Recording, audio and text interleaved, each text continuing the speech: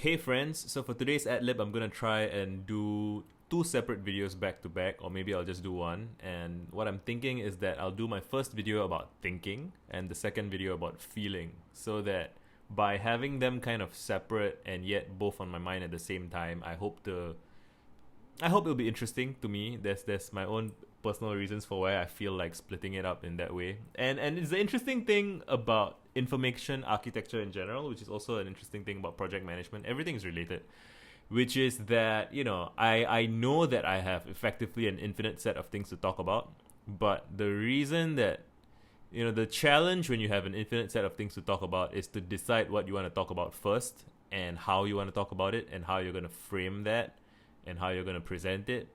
And, I was looking at the past 10 or so videos that I've made, and I've been trying to think about, okay, what's something that I could do that is the biggest possible departure from all of the other things that I've done so far. I don't want to be this kind of boring incrementalist who's just following up on what I just said earlier and kind of making these tiny follow-ups.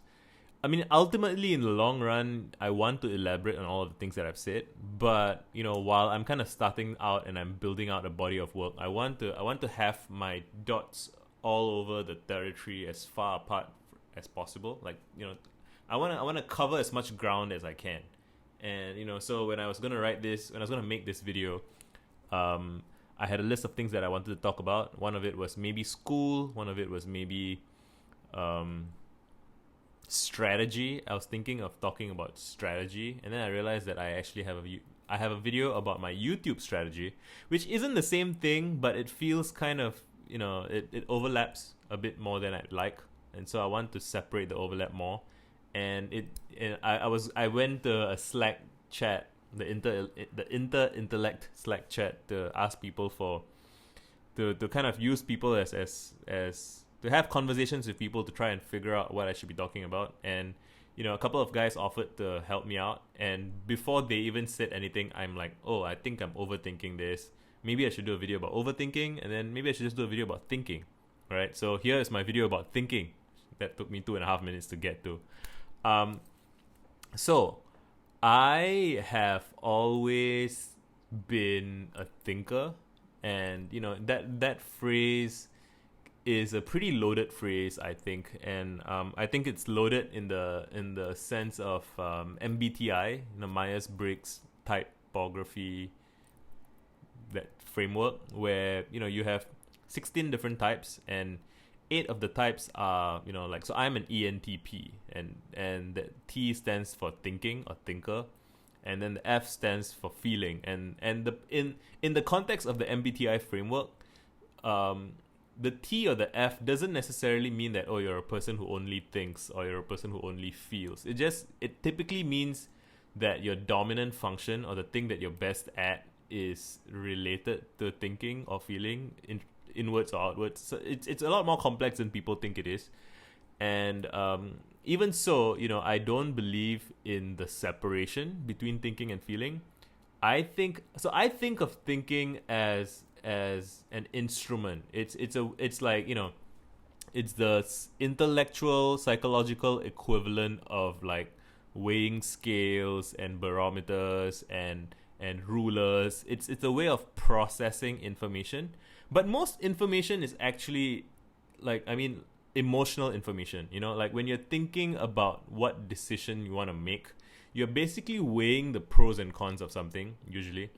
And what makes a pro and what makes a con, if you really dig into it all the way down, it boils down to your feelings about those respective things. And you might say things that, oh, this is objective because I want to take that job instead of this job because it pays more. But embedded in that is the fact that you feel that getting more money is a good thing, and you're choosing to weight, right, more money higher than whatever else the other variables are. And so thinking is the weighing scale, whereas feelings are the weights that are on the weighing scale, right? And so you need both, because it doesn't matter if you have a fantastic set of instruments, but your feelings are all kind of vague and kludgy, then no matter how well you think, like you're still gonna end up kind of screwed. And you can go into more detail about that, which I don't really feel like doing right now. But okay, so I just want to talk about thinking, because I feel that we have a thinking deficit in the world, right? And I also think we have a feeling deficit in the world, but I'm going to save that for the next video. So it's not that I feel like people should feel less and think more. I think people should think more and feel more.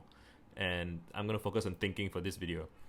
And it's funny because sometimes I see phrases like design thinking, systems thinking, critical thinking. There's all these adjectives that people put in front of thinking to make it kind of, I don't know, sexier or relevant or whatever. But to me, it's all just thinking.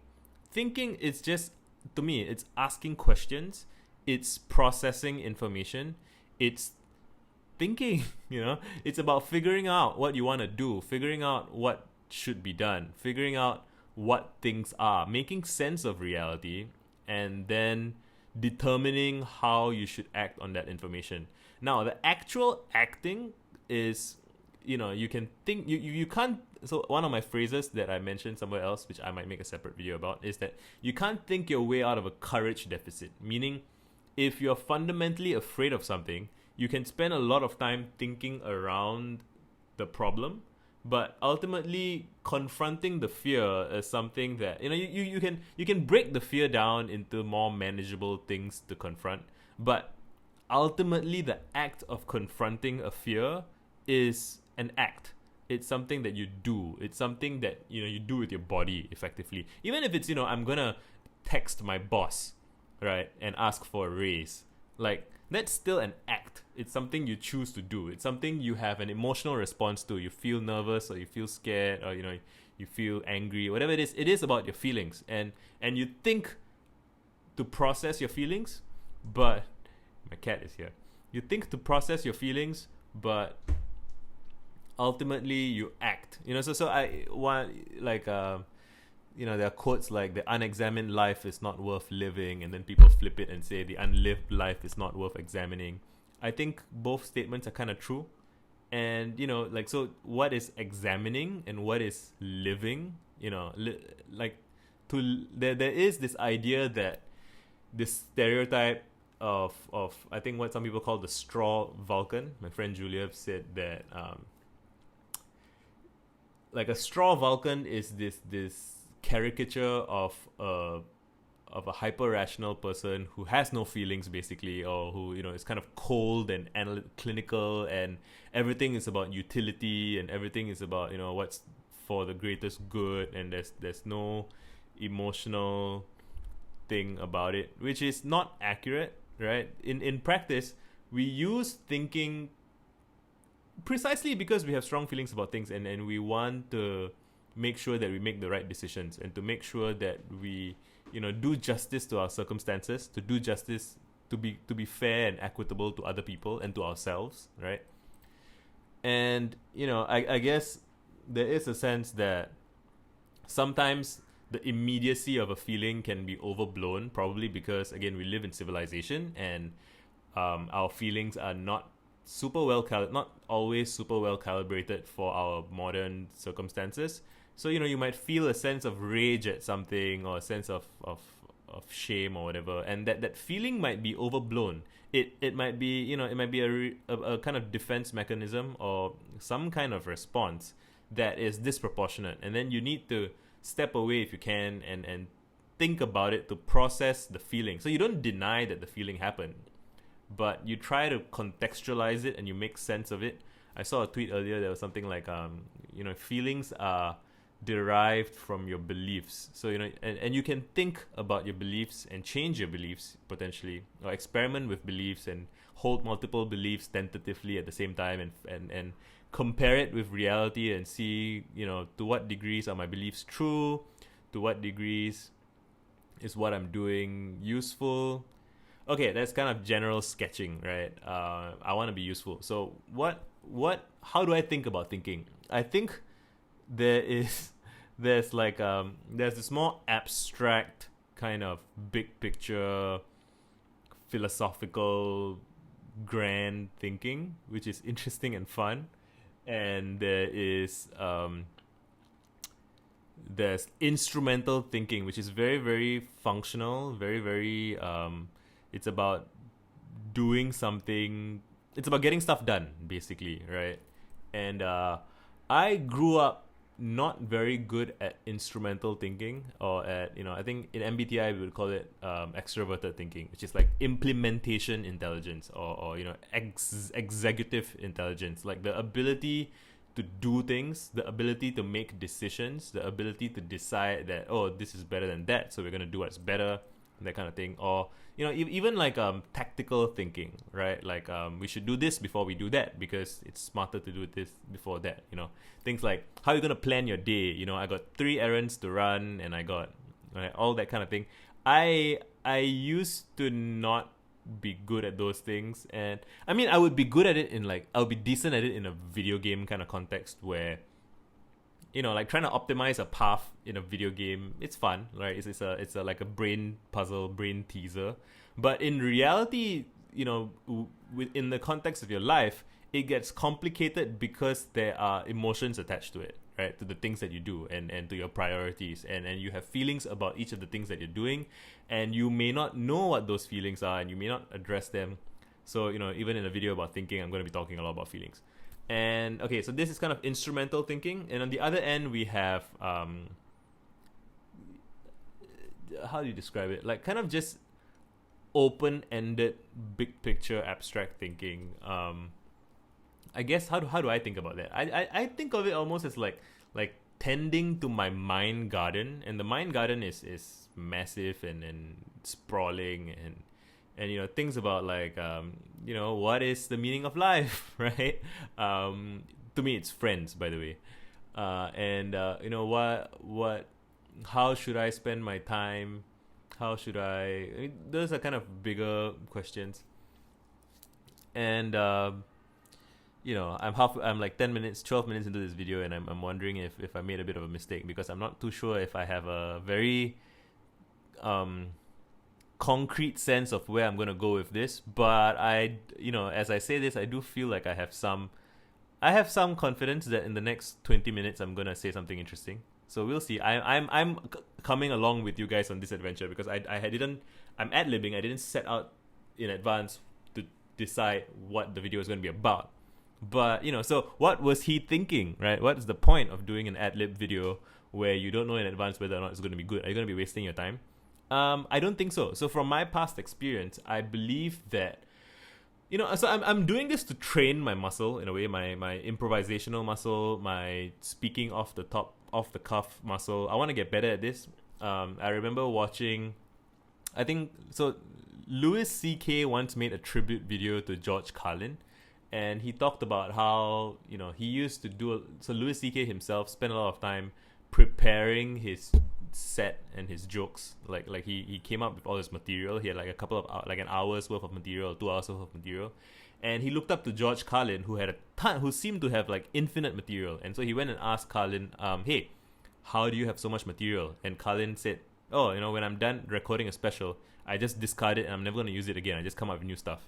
And to Louis at the time, he was like, how is that possible? How can anybody make that much material? Like it took me like so long to come up with this one shitty hour of material, and here's this guy producing special after special after special, and it seems like he just never has like infinite good material. And I believe that's because there is some limiting belief that people have about, so you shouldn't get too precious about your existing material. There's an element of faith involved. You have to have faith that if I get rid of all of this material, I made that material because I am good at what I do. I have taste. I can figure out good stuff. That was my cat going into my cupboard. She knows how to get out. Anyway, what was I going to say? Yeah, so apart, like you can challenge yourself. You have to challenge yourself to come up with more material before you can really come up with more material. If you're kind of clinging on to the material that you already have, you're not gonna break new ground. It's like a security blanket, or it's a comfort zone, or it's you have to lose sight of the shore to go to new seas, right? New lands. And this is so I have observed this. So I'm not taking it on like blind faith. I've observed multiple people doing this. I've witnessed myself achieving some version of this in my writing, for example. And so I believe that if I do this, I will achieve this as well. So I'm choosing to ad-lib and talk about things that I have not planned, because I want to see for myself how I respond to the fact that I don't know what I'm going to say, right? And, can we tie that back to thinking? What was he thinking? What was I thinking? I was thinking that I would find something interesting as I go. And, so it's like a problem solving challenge in a way, because there is a lot of material in my head, meaning all the books I've read, all the things I've watched, all the random observations and things on my mind. And, putting myself on the spot, hitting record, letting the numbers start to go up, it puts some urgency on me. Like, okay, people have been watching several of my videos so far, and I hopefully I have built some trust, and people now kind of look forward to my next video thinking that, oh, those past few videos are pretty good, the next one will probably be good as well. And so there's like stakes. Like, I don't want to disappoint people, but I don't want my fear of disappointing people to turn me into some kind of boring just, I don't want to become formulaic. I don't want to become predictable. And so to surprise other people, I need to surprise myself. And to surprise myself, I need to throw myself off the deep end from time to time. And yeah, it's not always going to be great. Like, that there is some inevitable failure when it comes to risk. But, 15 minutes in, I'm pretty sure we're going to find an interesting way to wrap this up. I still don't know what it's going to be yet, but I'm fairly confident. Okay, so what have I talked about so far? I am known to be pretty decent at thinking. I think about instrumental thinking, which is about how you get stuff done, how you think about things around you, how you process information. And then there's this more abstract kind of thinking. I just drank water weirdly. There's this more abstract kind of thinking that's not so instrumental. It's almost like there's like applied physics and pure physics or theoretical physics. So yeah, there's like this applied thinking, and there's like this kind of abstract, thinking for its own sake thinking, which can be very seductive. It can be very interesting. And it can be a trap. It can be something that you spend a lot of your time in. And a lot of internet culture, I think, the internet in general appeals to people who want to do that. And it becomes, so a lot of Twitter is like this, a lot of Reddit is like this, like people who just like thinking for its own sake, which can be fun. It can sometimes be really useful, but it can also be a distraction from everything else that's going on in your life. And I was definitely guilty of that for a lot of my life. Like when I was a teenager, and when I was in national service, and in my early 20s, I think I went through a very psychologically painful period in my early 20s, because I was coming to discover that sort of abstract analytical thinking is not, it's fun to be good at it, but it doesn't impact your material reality very much. And by material reality, I mean it doesn't help you pay the bills, right? It doesn't help you console a friend. I mean, okay, there are applications, but you can console a friend with abstract ideas if you know how to relate those abstract ideas to your friend's circumstances. And so you need both parts of the equation. You have to construct a bridge from your kind of abstract thinking, which is very blue ocean, big, open, expansive, infinite space, right? And then there's this very messy practical reality down here, and it's tempting to go off into the clouds. And so you'll meet different kinds of people, right? And there'll be people who are very proud of their executive functioning, and are very good at making money, or very good at just that kind of thing.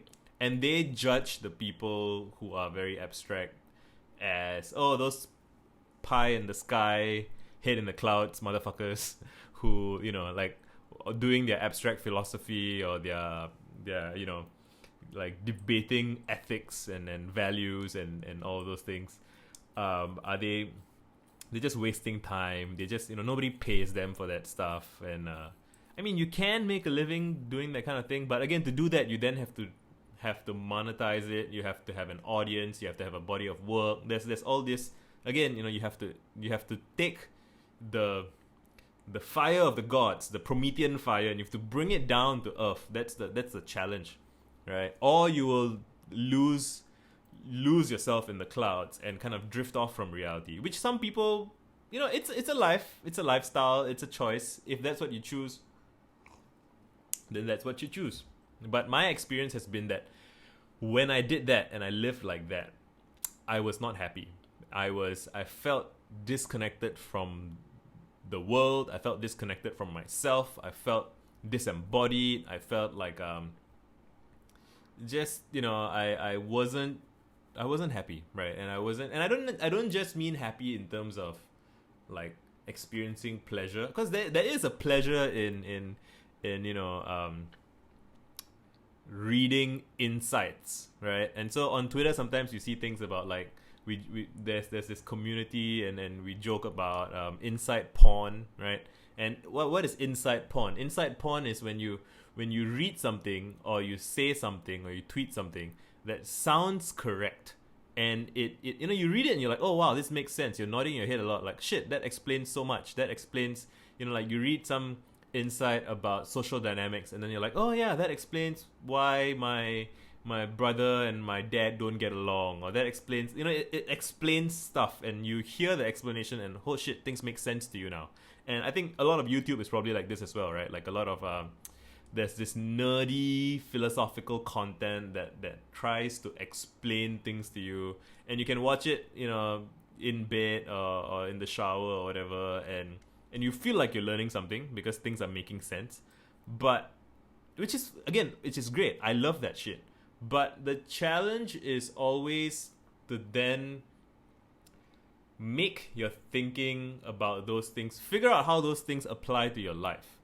And, you know, it may not directly, and maybe it never will. And that's also okay, because I don't want to, you know, I wouldn't say that I'm a utilitarian, meaning I wouldn't say that I'm a person who obsesses about trying to make sure that every single thing you do is useful, because I think that's joyless. And I think it's very short-sighted, because you don't know in advance what's going to be useful. And something that starts out very frivolous and very silly, abstract, blah, blah, blah, can end up being dramatically useful in some ways that you can't anticipate. So, you know, I wouldn't say that.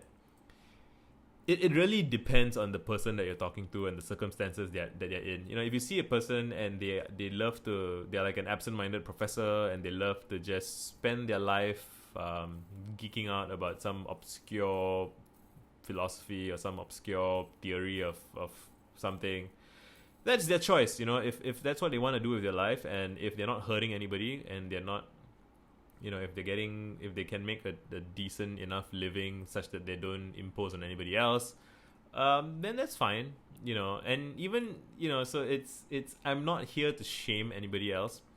So the point of this is, I have made progress in my thinking over the years, and I think that is the thing that this video should really be about, and that is the thing that I want to share with my friends, you guys, right? Which is, how has my thinking evolved, and what have I learned? And, you know, yeah, let's focus on that, right? So it took us 25 minutes to get to an interesting question, and we'll spend the next 10 minutes answering it, right? So how has my thinking evolved? When I was a child, I just liked to read books and play video games, and I didn't feel obliged to think much beyond that. I like to contemplate things. I like to consider things. I like to learn about the world and learn about facts, right? Learn about space, learn about time, learn about dinosaurs and civilizations. But I think it wasn't until I was maybe a teenager, about I think about maybe 14 through 16, that I started, like, so I had puberty, right? And I started to be interested in girls, but not just girls, right?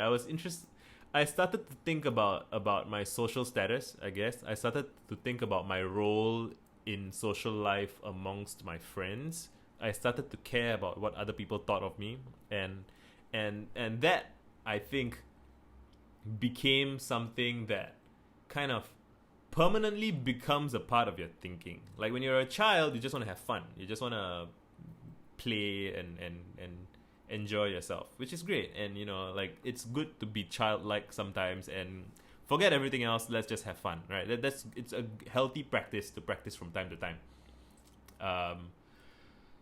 But I think that to be a full human, and I mean, I realize the moment I say that phrase can be kind of iffy. It can imply that some people are less human than others. That's not what I mean. I mean, kind of to really immerse yourself in the human experience, to be really connected to social reality. And again, when I say these things, these are things that I care about. You may not necessarily care about these things, and it's your choice to decide whether or not you care about these things. But I have found that the more connected I am to existence, to myself, to other people, to different kinds of people, to history, to philosophy, to even international relations, right? Like, the more I feel connected to all of these things, the more I feel like I can live a good life. And I think that is a question that I care about a lot, that maybe isn't so so I'm pretty late to this whole YouTube talking head thing, and I feel like if a decade ago I had said something like it seems to be less fashionable these days to ask what a good life is, I think that would have been whoa, like, that's such a novel thought. But I think a bunch of people have been asking this recently, and I'm sure they've always been the nerds and the readers and the people who read novels, write novels, and have book clubs and ask questions of what is the meaning of life. What is life about? I think there comes this point where once you start having bills to pay, you have a mortgage, you have it's easy to fall into the trap of thinking that your material life is all that matters. And so here's the pain that I went through, right? So I used to, when I was 20, I was very concerned with very grand ideas. I was very concerned with what's the best for the species, right? How do we elevate the consciousness of the species? How do we create more good art? How do we live, right? How do we live with joy and meaning and purpose? And then I got married, I got a house, and then now I'm like, how the fuck do I pay my bills? Right? And when that happened, and it hurt me. It was like a punch to my gut to realize that all of that thinking that I did about grand things, it didn't immediately help me with my work. And I found myself falling behind at work. Like, I wasn't getting things done. I was late to meetings sometimes. I was missing deadlines, and I'm like, what the fuck? And my boss would have conversations with me, and he was really like a mentor, and like, he really helped me with a lot of stuff. And he asked me great questions. He's like, what are your priorities in life? What do you want to accomplish? Who do you want to be? And I would have these vague ideas like, oh, I want to help. Around 2013, I was like, I want to help commercialize space travel, right? Because of the overview effect. If you don't know what the overview effect is, the overview effect is this experience that astronauts have when they go to space and they look at the Earth from space, and they experience this sense of profundity. It's like a religious experience. You feel like, oh wow, you see the Earth as a whole. You are away from the Earth, and you realize that you can't survive out in space. And you feel this sense of compassion and pain, even just this sense of, oh wow, like humans are so precious. Life is so precious. and what are we doing? You know, like it's just this sense of empathy and connectedness and oneness that astronauts repeatedly experience when they go into space and they observe the Earth. And so I was thinking, oh wow, how wonderful would it be if we could get everybody to experience that? And the way to get everybody to experience that is to commercialize space travel. So let's commercialize space travel. But I am, back then I was a 22-year-old Singaporean guy with a mortgage and had bills to pay, and I had a job to do, and there was no clear path from what I was doing to helping to commercialize space travel, right? And so what the fuck, right? But looking back, so I over those 5 years or so, I became better at processing my feelings. I became better at thinking about my priorities. My priorities shifted, and it does. Now that I'm 29, going to be 30, I look back, I don't feel bad that when I was 22, I was asking big picture questions. I think you should. I think when you're like 17 to 23 or so, 22, that's 16 to 21, whatever, just that phase, that late teenage, early 20s phase, it's a great time to be questioning everything. And I do think you should be questioning everything all your life. Like, you should never get to a point where you feel like, oh, I've questioned everything and now I have the answers and I'm done, right? Like, life solved. Like, everything, I know everything I need to know and that's it. Like, that's not good. But it is true that when you first kind of take on the mantle of responsibility for paying the bills, if you get married, like all of those things, there is a burden that comes with that. There is a weight that comes with that, and that weight does challenge you to prioritize. And thinking about the meaning of life on a day-to-day basis when you are struggling at work is hard. And I did still do it a little bit, but I did feel trapped in some way, and it was just really depressing. I don't know if that could have been avoided. I think the depression was almost a necessary transitional period that I had to go through, which is, it's kind of a collapse of meaning kind of thing. So before that, I used to blog all the time about Singaporean politics and Singaporean news, and I was obsessed with how can we make Singapore a better place? How can we, how can we advance the state of our union, right, as a country? And when I started work, I was like, what am I doing? Why am I like surfing Facebook in between meetings and instead of doing my work, and like arguing with strangers on Facebook about politics that I probably wasn't going to change their minds, and I probably wasn't. It just felt like I was distracting myself from my life. And it's interesting now to contemplate all of this and to look at all of this with hindsight and see that somehow a lot of competing interpretations and explanations are all true. Like, it was complex. Like, was I distracting myself from work, which was challenging and difficult, and I was perfectionist. I didn't want to disappoint people. It was my first job, so I wanted to do it really well, and so I was kind of scared about it to some degree, and then that fear would drive me away from the work and lead me to procrastinating by talking politics with strangers.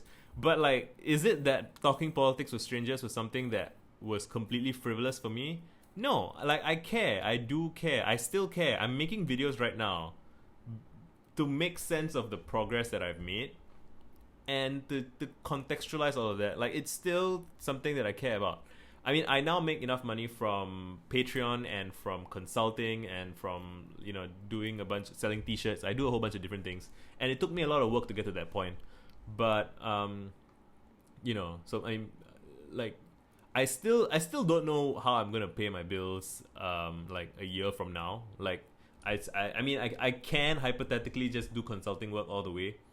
But like, there is this whole game that I'm playing with my life, which is figuring out how I'm going to make money, I would like to make more and more money with less and less grunt work on my part, meaning I don't want to be trading as much time for money because I want to save my time to spend on like pro-social work, meaning making YouTube videos, organizing events, traveling, hosting events, getting friends together.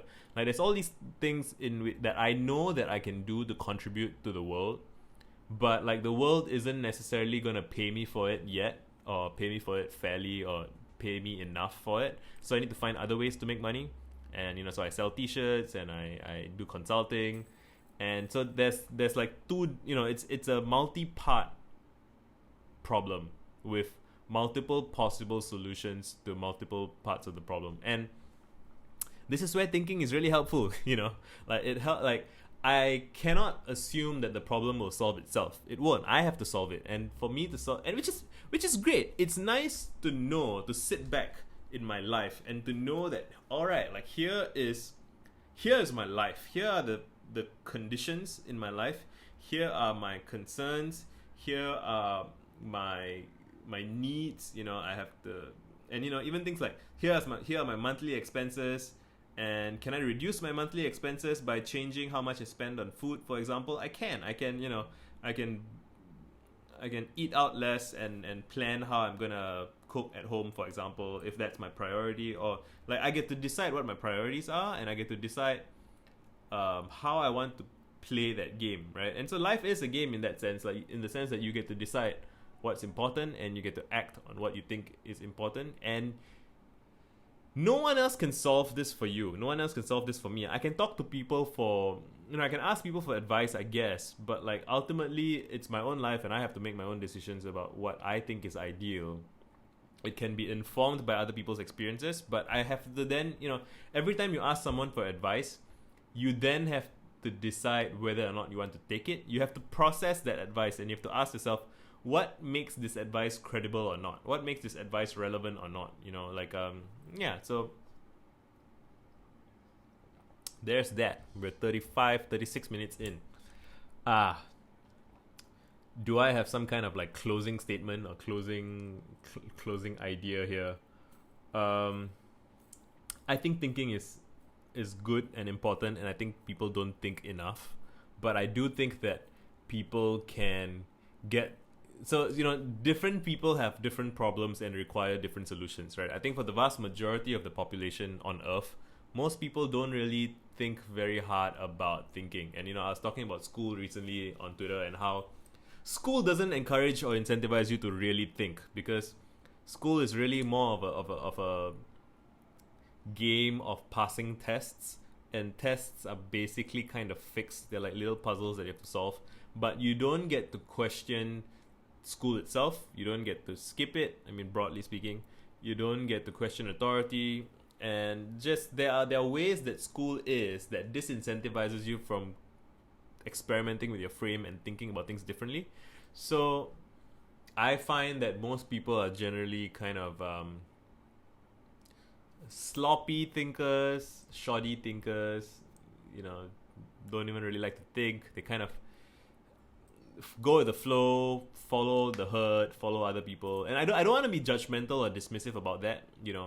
I don't believe that being judgmental and sanctimonious and kind of I'm better than you or whatever shit like that, I don't think that helps. So what I want the world to have more good thinkers, and the way to do that is to be like Richard Feynman, I feel, which is to enjoy thinking, to show he described it as, I think, the pleasure of finding things out, right? And the pleasure of really understanding how things work, because when you really understand how things work, you can manipulate it and play with it, and it's like magic, right?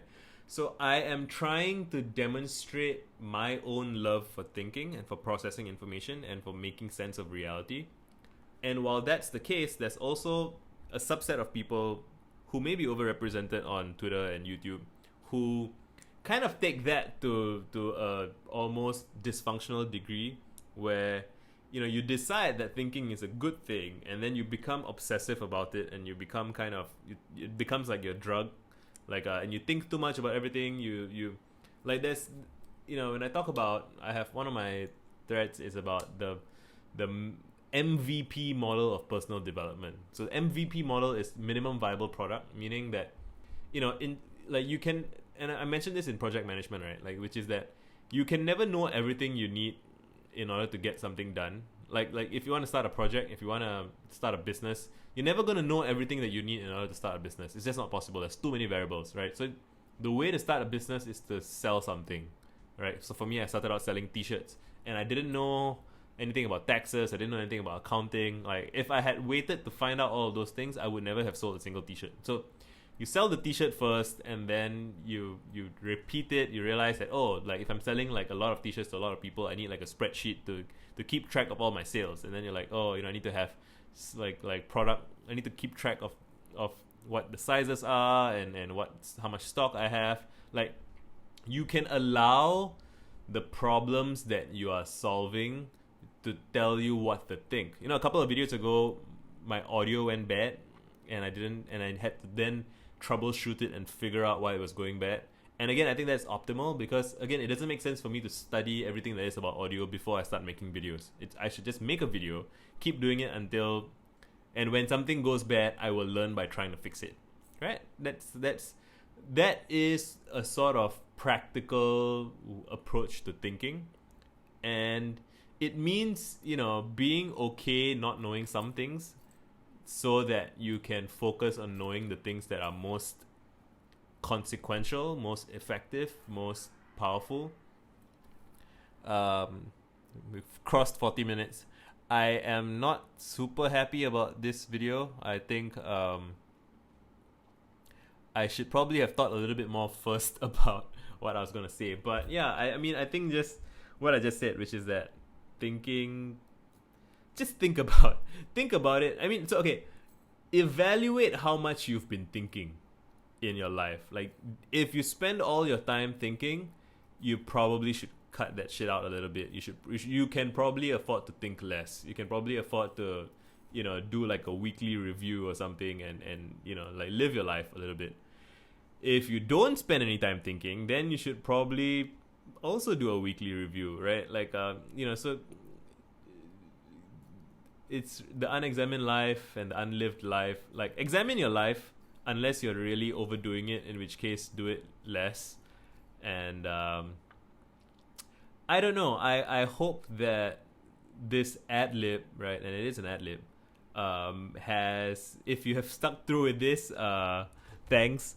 I would love to hear any questions that you guys have about my thinking journey, or how I think about something specific, and I would love to answer your questions. So if this video hasn't answered your questions, at least it hopefully functions as a trigger for you to ask me questions, and I can answer in the replies. So that would be useful, I think.